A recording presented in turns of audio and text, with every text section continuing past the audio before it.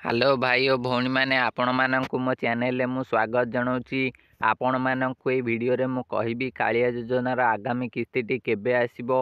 ए कालिया योजनार आगामी किस्ती तारीख सरकार घोषणा कर देइचंती। कौ दिन मिलिबो बोली आगामी किस्ती केबे आगामी किस्ती आसीबो यह जानिया पई आपण माने आगकू देखंतु देखंतु मु आपणक सामने एक पोस्टर टी बाहर कर रखी। गवर्नमेंट तरफ पोस्ट करा जाइछि।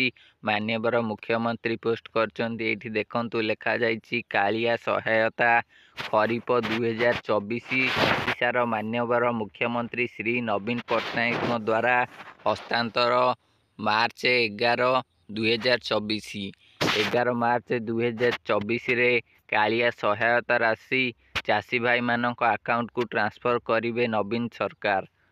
समस्त चाषी और भाई भौणी को खरीफ फसल पाई ए वर्ष कालिया सहायता राशि मिलिथिबारु मु बहुत खुशी। ए देखंतु एई भली लेखा आइछि।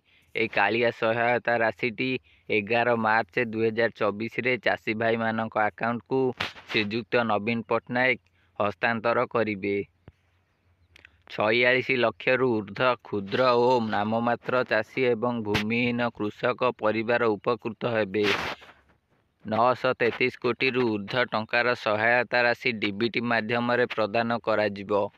18 लाख रु ऊर्ध्व भूमिहीन कृषक मानकु 360 कोटी टंकार अतिरिक्त आर्थिक सहायता मिलिबो।